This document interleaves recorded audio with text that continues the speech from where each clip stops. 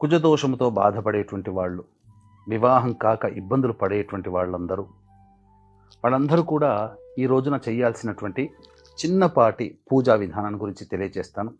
ముందుగా శుద్ధ చతుర్దశి సంధ్యా సమయంలో దుష్ట శిక్షణకై హిరణ్యకశిపుని సంహారార్థమై స్వామివారు అవతరించినటువంటి సమయం కాబట్టి ఈ రోజున ప్రధానంగా కుజదోషముతో బాధపడేటువంటి వాళ్ళు, వివాహం కాక ఇబ్బందులు పడేటువంటి వాళ్ళందరూ కూడా ఈ రోజున చేయాల్సినటువంటి చిన్నపాటి పూజా విధానం గురించి తెలియజేస్తాను.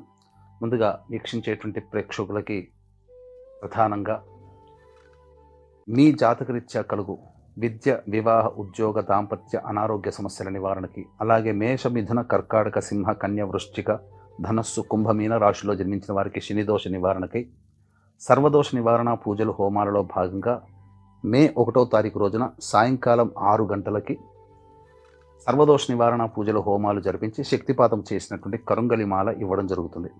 అవకాశం ఉన్నటువంటి వాళ్ళు మే 1వ తారీఖు సాయంకాలం 5 గంటల లోపల స్క్రీన్పై కనిపిస్తున్న నెంబర్కి కాంటాక్ట్ చేసి మీ గోత్రనామాదులు నమోదు చేసుకోవచ్చు.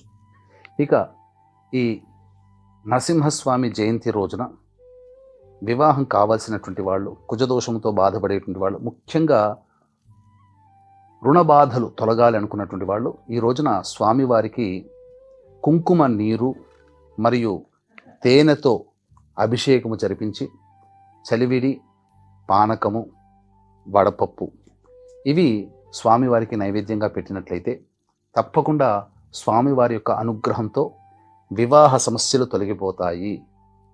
విశేషంగా అవకాశం ఉంటే లక్ష్మీ నరసింహస్వామి వార్ల కళ్యాణాన్ని జరిపించండి ఈ రోజున. ఎందుకంటే చిత్తా నక్షత్రము, చతుర్దశి తిథి కూడా ఉంది కాబట్టి. అలాగే ప్రధానంగా లక్ష్మీ నరసింహస్వామి కరావలంబ స్తోత్రాన్ని ఒక 108 సార్లు వీలైతే మీరు పారాయణం చేయండి.